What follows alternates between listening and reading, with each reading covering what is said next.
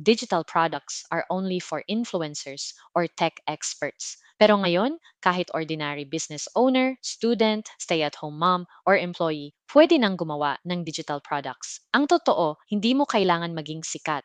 Kailangan mo lang may alam na kayang makatulong sa ibang tao. Digital products are things people can buy online without shipping. Examples, ebook, templates, Canva designs, planners, guides, prompt packs, recorded trainings, spreadsheets, even printable files. One time mo lang gawin, pero pwede mo siyang mabenta many times. Parang nagtanim ka once, tapos paulit-ulit ang ani. Marami kasi gusto additional income, pero pagod na sa inventory, packing, at delivery. Sa digital products, laptop at internet lang minsan sapat na.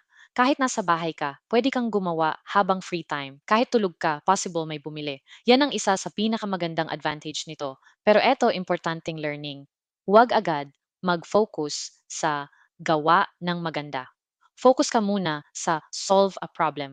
Mas bumibili ang tao ng solution kaysa design. Kahit PDF lang yan, if nakakatulong, may market yan. And isa pa, huwag hintayin perfect lahat bago magsimula. Most successful digital product creators started messy. Simple lang muna, improve habang tumatakbo. Kasi minsan, ang pinakaunang digital product mo ang magtuturo sa'yo paano talaga kumita online.